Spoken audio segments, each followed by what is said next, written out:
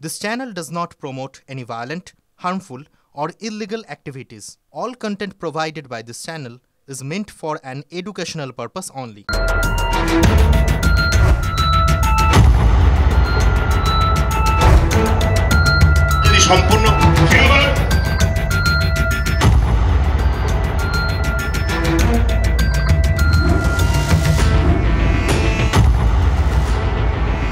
যেমনি চলছে সেমনি চলবে, যে সরকার চলছে তাদেরই। সিম্পল অ্যারিথমেটিকে সব নির্বাচন হয় না। আমার অপোনেন্ট দুর্বল, মানুষ বিজেপির সাথে রয়েছে।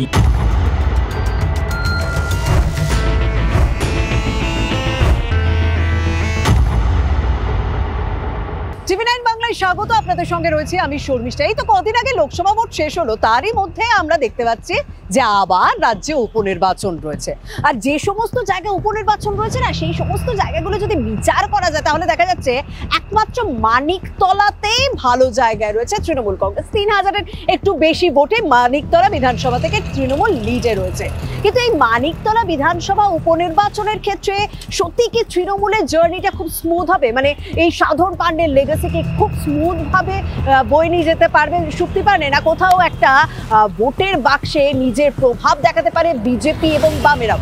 তাই আজ মানিকতলা বিভিন্ন ওয়ার্ডে ঘুরবো, মানিকতলা প্রত্যেকটা দলের প্রার্থীর সঙ্গে কথা বলবো, বোঝার চেষ্টা করবো মানিকতলা কি বলছে, সেই পালস আপনাদের সামনে তুলে ধরবো। চলুন বেরিয়ে পড়া যাক।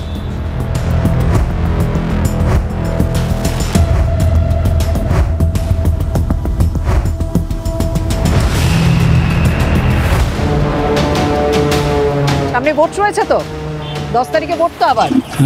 এই সবে ভোট গেল একটা, আর একটা ভোট। কি মনে হচ্ছে বিধানসভা উপনির্বাচনে কি হবে, কি বুঝছেন? আমাদের সাধন পাণ্ডে ইজি। তো এই গত 2 বছর সাধন পাণ্ডে ছিলেন না, মৃত্যুর পর তার ভোট হয়নি, তো কোন রকম পরিষেবার সমস্যা হয়েছিল? না, কোনো সমস্যা। মানে আমি পোস্টারে দেখতে পাচ্ছি যে লেখা এই যে সকলের পাশে সকলের সাথে শক্তি পাণ্ডে, এটা কি বলা যায় তার মানে? হ্যাঁ হ্যাঁ বলা যায়। আরো কয়েকজনের সঙ্গে কথা বলি নাকি? এখানকারই তো বাসিন্দা আপনি, এখানকার বাসিন্দা তো। সামনে তো আবার ভোট, বিধানসভা ভোট, কি বুঝছেন? কি আর বুঝবো, যেমনি চলছে সেমনি চলবে। যেমনি চলছে সেমনিই চলবে, মানে যেমনি চলছে সেমনি চলবে। ভালো চলছে না খারাপ চলছে? চলছে, ভালোই চলছে। এলাকায় এই গত 2 বছরে যে ভোট হয়নি, কোনো সমস্যা হয়েছে? না, আমাদের এলাকায় কোনো সমস্যা হয়নি। বিধায়ক ছাড়া কোনো না, সমস্যা? আমাদের কোনো সমস্যাই হয়নি। আমাদের শান্তিপ্রিয় এলাকা, শান্তিপ্রিয় পাড়া। আর ভোটটাও কি শান্তিপূর্ণ হয়? শান্তিপ্রিয় হয়। আচ্ছা,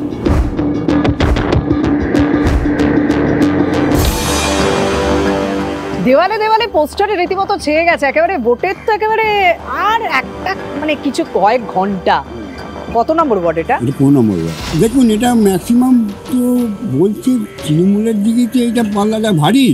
এবার বাই ইলেকশনে যে মানে ভোট যেটা হচ্ছে, বাই ইলেকট্রিক যেটা ভোটটা হচ্ছে, যদি একটু সতর্কভাবে যদি ভোটটা হয় বলা যায়। তবে চান্সটা ঠিকঠাক ভাবে ভোটটা হয়, ঠিকঠাক ভাবে না, মানে পাল্লাটা ওই দিকেই ভারী। পাল্লাটা ওদিকে ভারী। এখানে কি শান্তিপূর্ণভাবে ভোট হয়?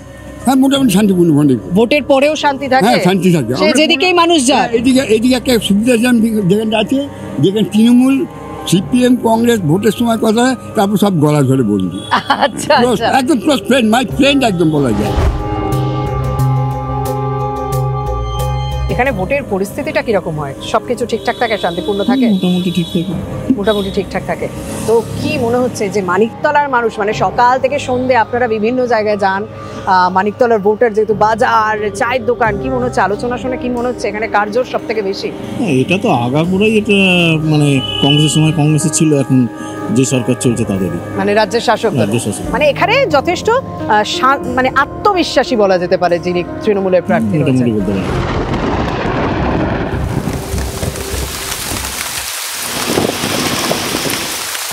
বাইরে প্রচন্ড বৃষ্টি পড়ছে, কিন্তু ভোটের ময়দানে যখন নেমে পড়েছেন তাই তাকে লড়তে তো হবে, এবং প্রচারের ফাঁকে একটুখানি বিরতিতে নিয়েছেন, কারণ এই বৃষ্টিতে সাধারণ মানুষকে রাস্তায় পাওয়া খুবই চাপের, কারণ ঝমঝম করে বৃষ্টি।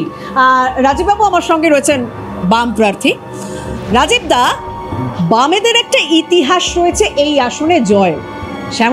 শ্যামল চক্রবর্তী বাম নেতা, শ্রমিক নেতা শ্যামল চক্রবর্তী, তিনিও জয় পেয়েছেন এই জায়গা থেকে। আপনিও 2016 সালে দ্বিতীয় স্থানে এসেছিলেন, তারপরেরটা সেটা আমরা প্রত্যেকে জানি।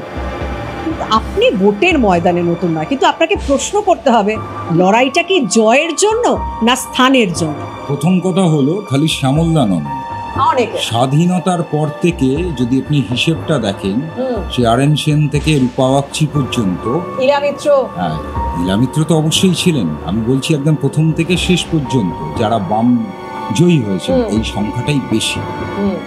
আর লড়াইটায় আমরা নেমেছি জেতবার জন্যে, লড়াইটা নেমেছি মানুষের দাবিকে বিধানসভায় পৌঁছে দেওয়ার জন্য। সবসময় সিম্পল অ্যারিথমেটিকে সব নির্বাচন হয় না। ধরুন নির্বাচনে বামেদের ফল খারাপ হয়েছে, ক্রমশ খারাপ হয়েছে, আর বামেদের ফল ক্রমশ খারাপ হয়েছে বলেই আজ বাজারটা আকাশ ছোঁয়া, বলবার কেউ নেই। বামেদের ফল নির্বাচনে খারাপ হয়েছে বলেই আমরা দেখতে পাই আমাদের রাজ্যে সরকারি চাকরিও চলে যায় দুর্নীতির দায়। এসএসসি ভয়ঙ্কর দুর্নীতি, আবার সেন্ট্রালও আমরা দেখলাম নেট দুর্নীতি একই রকম ভাবে।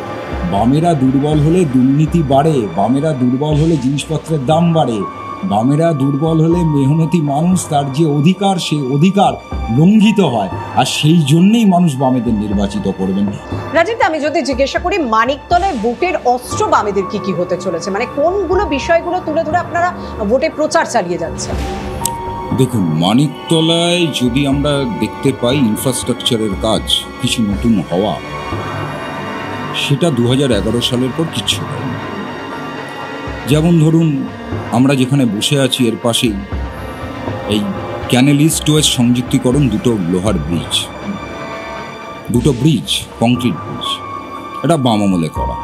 ধরুন উল্টোডাঙায় আপনি যদি দেখেন ফুট ব্রিজ বাম আমলে করা, আপনি যদি দেখেন গুরুদাস কলেজ অফ কমার্স বাম আমলে করা, হিন্দিভাষীদের জন্য school new national high school বাম আমলে করা, বাস টার্মিনাস, এগুলো সবটাই বাম আমলে করা। কলকাতা স্টেশন থেকে যে আন্ডারপাস সহজে উল্টোডাঙা সল্টলেকে ঢুকে যায় বাম আমলে করা। মানে নতুন যদি ইনফ্রাস্ট্রাকচারের কাজ বলেন, নতুন করে তৃণমূল আমলে কিচ্ছু করে ওঠেনি, বরং তৃণমূল আমলে একটা ভয়ের জিনিস গড়ে উঠেছে।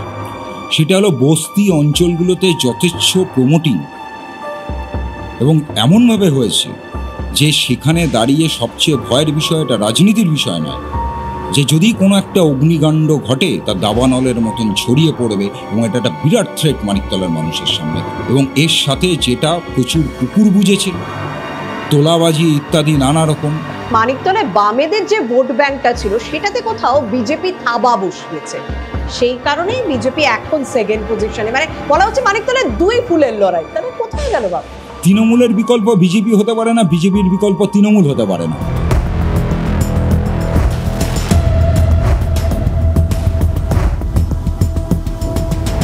বাঙালির রাজনীতির আলোচনা যদি কোথাও সব থেকে বেশি সরগরম হয় তা হচ্ছে চায়ের দোকানে। আর মানিকতলা যখন বিভিন্ন জায়গায় বিভিন্ন ওয়ার্ডে আমি ঘুরে বেড়াচ্ছি, সেই 12 নম্বর ওয়ার্ডে এসে যখন পৌঁছেছি, যেখানে তৃণমূল 167টি ভোটে এখানে এগিয়ে রয়েছে, সেই চায়ের দোকানে যারা রয়েছেন তাদের সঙ্গে একটুখানি কথা বলা যাক, বোঝা যাক 12 নম্বর ওয়ার্ডের মানুষের কি বলছেন, কি ভাবছেন। সেই পান্ডে লেগাসিই চলবে, সেই পান্ডে লেগাসিই চলবে। আপনিও কি 12 নম্বর ওয়ার্ডের বাসিন্দা? হ্যাঁ, এই তো আরো একজন 12 নম্বর ওয়ার্ডের বাসিন্দা। একজন যখন চা খাচ্ছেন, এখন আর একজন মোবাইলে সার্চ করে সবকিছু দেখে নিচ্ছেন, বুঝে নিচ্ছেন। কি মনে হচ্ছে 12 নম্বর ওয়ার্ডে ভোটটা কেমন হতে চলেছে? ভালো। কে জিতবে? জিতার তো রুলিং পার্টি চান্স। এই যে একটা কথা বলা হয় যে উপনির্বাচন যেহেতু, বাই ইলেকশন যেহেতু, কোথাও একটা রুলিং পার্টি এগিয়ে থাকে, সেই ফ্যাক্টরে মানিকতলায় রুলিং পার্টি জিতবে না কোথাও একটা ওই সাধন পান্ডের স্ত্রী, সেই সাধন পান্ডের যে লেগাসিটা সেটার ভরে? সাধন পান্ডেরই ভরে, একটা তার একটা ইয়ে আছে যেহেতু, মানে সাধন পান্ডের কারিশমাটা এখনো পর্যন্ত মানিকতলায় রয়ে গেছে, তাই তো? সেটা ঠিক। সেই কারিশমাতে ভর করেই একেবারে এখানকার মানুষ ভোট দেবেন শক্তি পান্ডেকে।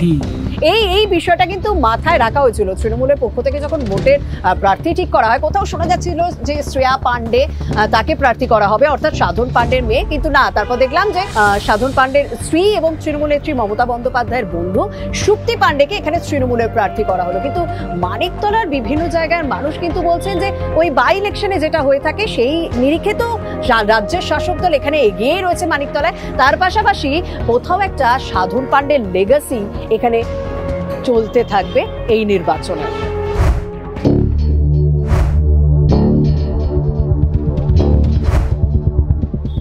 এই উত্তর কলকাতার লোকসভা ভোটের নিরিখে যদি ফলাফলটা বিশ্লেষণ করা যায় না, তাহলে কিন্তু আমরা জানি যে মানিকতলা বিধানসভাতে বিজেপির একটা কিন্তু জায়গা তৈরি হয়েছে, আর সেই জায়গাটা বিজেপি ছাড়তে নারাজ। যে কারণেই তো আজ সকাল থেকে প্রচার চলছে, শেষ মুহূর্তের প্রচার প্রস্তুতি বলতে পারেন। সেই প্রচারের ফাঁকে তো একটু রেস্টও তো নিতে হবে, তাই বিজেপি প্রার্থী কল্যাণ চৌবের সঙ্গে কথা বলবো। চলুন, তিনি এখন বিশ্রাম নিলেও প্রচারে বা সাংবাদিকদের সঙ্গে কথা বলতে কিন্তু বিশ্রাম নয়। চলুন কল্যাণদা, ভোটের ময়দান আপনার কাছে নতুন নয় এবং মানিকতলাও আপনার কাছে নতুন নয়, মানুষের কাছে কিরকম সাড়া পাচ্ছেন প্রচারে? মানুষের সাড়া রয়েছে। মানুষ চায় যে এক বিকল্প বিধায়ক আসুক, এক বিকল্প রাজনৈতিক আদর্শ আসুক। কলকাতা তথা মানিকতলা দীর্ঘ 40 বছর ধরে এক বিধায়ক পরিবারকে দেখেছে।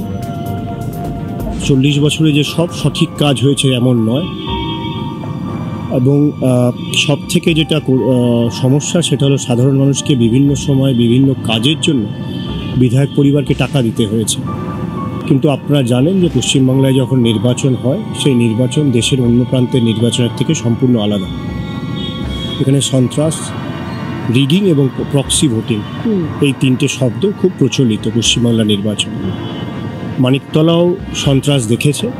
2021-এর যখন পোস্টপোল ভায়োলেন্সে 76-এর বেশি ভারতীয় জনতা পার্টির কার্যকর্তা মারা গেছিল, প্রথম খুনটা মানিকতলা বিধানসভাতেই হয়।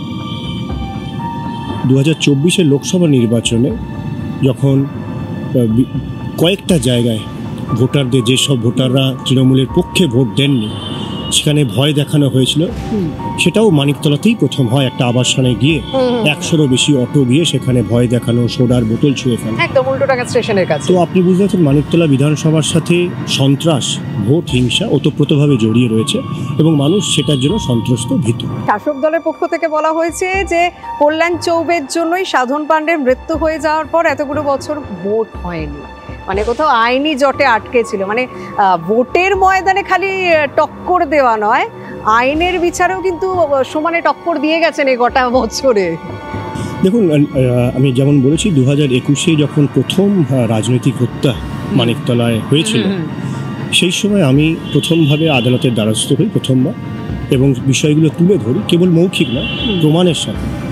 আর ভোটের আগে প্রচারে মনে করুন প্রতিদিন আপনি ব্যানার লাগাচ্ছেন, রাত্রেবেলায় এসে ব্যানার ছিঁড়ে দেওয়া, ভেঙে দেওয়া, যারা ব্যানার লাগাচ্ছে সেই পার্টির কার্যকর্তা কর্মীদের ভয় দেখানো, ভোটের দিন সন্ত্রাস, কাউন্টিংয়ের পর আমার উপর আক্রমণ, কাউন্টিংয়ের দিন আপনারা সবাই দেখেছেন টেলিভিশনে, এগুলো সবই রোজকার ব্যাপার ছিল। তো আমি দমে না গিয়ে এই বিষয়টা আদালতে নিয়ে গেছিলাম, আদালতে চ্যালেঞ্জ করেছিলাম, ইলেকশনটাকে চ্যালেঞ্জ করেছিলাম। তখন প্রয়াত সাধনবাবু জীবিত ছিলেন, কিন্তু অসুস্থ ছিলেন। সেই কারণে তিনি যতদিন জীবিত ছিলেন ততদিন এই কেসটা একদিনও শুনানি হয়নি। তিনি সময়ের পর সময় নিয়ে গেছেন, তারিখের পর তারিখ নিয়ে গেছেন। তিনি মারা যাওয়ার পর কেসটা স্ট্যাগন্যান্ট হয়ে যায়। স্ট্যাগন্যান্ট হওয়ার পরে মে মাসের 2023-এ প্রথমবার কেসটা ওঠে, এবং তারপর 15টা হিয়ারিংয়ের মধ্যে 14টা হিয়ারিংয়ে, 14টা শুনানিতে আমি কলকাতা হাইকোর্টের কাঠগড়ায় দাঁড়িয়ে, এক একটা শুনানি 90 মিনিট করে চলতো, বিশেষ শুনানি হতো বলে, বিকেলবেলা 4টে থেকে 5:30 পর্যন্ত। মানিকতলা মানুষের কথা, মানিকতলা গণতান্ত্রিক প্রক্রিয়ার অব্যবস্থার কথা, ভোট সন্ত্রাসের কথা, গুন্ডা মস্তানের প্রাধান্যের কথা আমি মাননীয় কোর্টের কাছে তুলে ধরেছি, এবং আমার মনে হয় এর ফলে একটা বিষয় স্পষ্ট হয়েছে, এগুলো সবই রেকর্ডেড হয়েছে, যে সত্যি যে মানিকতলা এত অশান্তি হয়েছে, বিষয়গুলো কোর্টের কাছে এসেছে এবং কোর্ট রেকর্ড করেছে। মানিকতলা বিধানসভা নির্বাচনে যে কটা ইস্যু ফ্যাক্টর হতে চলেছে তার মধ্যে অবশ্যই অবাঙালি ভোট একটা বড় ফ্যাক্টর। মানিকতলা বস্তি এলাকার ভোটাররা তারা একটা বিশাল বড় অংশ জায়গা নিয়ে রয়েছে। তার পাশাপাশি এই লোকসভা ভোটের ফলের নিরিখে দুটি ওয়ার্ডে বিজেপি এগিয়ে রয়েছে, 31 এবং 16 নম্বর ওয়ার্ড। আমি এই মুহূর্তে 31 নম্বর ওয়ার্ডের সামনেই রয়েছে এবং এখানকার মানুষের সঙ্গেও কথা বলছি। এবং এই 31 নম্বর ওয়ার্ডের কাউন্সিলর কে বলুন তো? তিনি হচ্ছেন পরেশ পাল, যিনি আবার বিধায়কও। হ্যাঁ, গত কয়েকদিন তো শারীরিক অবস্থা খারাপ, এবং সুপ্তি পাণ্ডের প্রচারের জন্য, নির্বাচনী কাজের জন্য যে 4 জনের বিশেষ কমিটি রয়েছে না, সেখানেও পরেশ পালের নাম রয়েছে। আর এই পরেশ পালের ওয়ার্ডে কিন্তু বিজেপি এগিয়ে রয়েছে লোকসভা ভোটে। আর মনে আছে সেই সাধন পাণ্ডের সঙ্গে পরেশ পালের যে মধুর সম্পর্ক, কোট আনকোট মধুর সম্পর্ক বলতে হচ্ছে, সেই মধুর সম্পর্ক কিন্তু আমাদের প্রত্যেকেরই জানা রয়েছে। এবং কোথাও বর্তমানে দাঁড়িয়েও মানিকতলা বিধানসভায় তৃণমূলের কোথাও একটা অস্বস্তির জায়গা, গোষ্ঠীদ্বন্দ্ব। তাহলে এবারের ভোটে 31 নম্বর ওয়ার্ড কার পক্ষে ভোট দেয় সেদিকেও থাকছে নজর। তৃণমূলের প্রার্থী সুপ্তি পাণ্ডে, তিনি এই মুহূর্তে কিন্তু সাধারণের সঙ্গে সংযোগ করছেন। দিদি, আর মাত্র কয়েক ঘন্টা, সাধারণ মানুষের মধ্যে কি প্রতিক্রিয়া দেখছেন? কারণ জনসংযোগ তো করছেন, আবাসনগুলোতে গিয়েও আপনি প্রচার করছেন। আবাসনের মানুষরা নামছে। আজকে সকালে বিধান গার্ডেনে হয়েছিল, সমস্ত আমার ন্যাচারাল ভিউ, মার্লিন, তারপরে তোমার সানসিটি, মণিকলা, স্বর্ণমণি, সমস্ত নর্দার্ন হাইট, সবাই এসেছিল। ওদের বললাম যে লোকসভায় বিরূপ হয়েছিলেন, এটাই হবেন না, ডাকলে আমাকে পাবেন। কি বলছেন তারা? কি দাবি করছেন দিদির কাছে, বৌদির কাছে?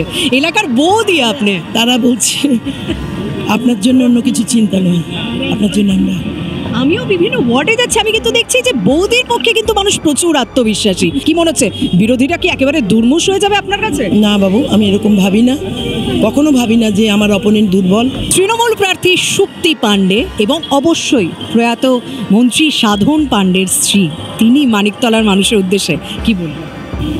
তৈরি হন, লড়াইয়ের ময়দানে দেখা হবে। আপনার সমর্থন আর আমার আত্মবিশ্বাস দুটো, মমতার ভালোবাসা, স্নেহ, আর আপনার দাদার ওপর থেকে গোটা ব্যাপারটাকে পর্যবেক্ষণে রাখা। আর সেদিন তো আর কেউ দেখবে না কিছু, টিভিতে ওটাই। আর শুধু আমার কেন্দ্র নয়, দিক থেকে Maniktala is the main focus of attraction. সেই আকর্ষণটা বজায় থাকবে বলছেন। এতদিন সাধন পাণ্ডে, তারপর আপনি, চাপা টেম্পো উঠে গেছে সবার মধ্যে, কবে মানে দিদি যথেষ্ট আত্মবিশ্বাসী। এতদিন না দাদার পাশে থেকে বৌদি কাজ করে গিয়েছেন, এবার বৌদি একেবারে ময়দানে, এবং ভোটে জয়যুক্ত হওয়ার পর তিনি মানিকতলা মানুষের জন্য জান লড়িয়ে দেবেন বলে অন্তত সেই প্রতিশ্রুতি তো দিলেন, সেই আশ্বাসই দিলেন।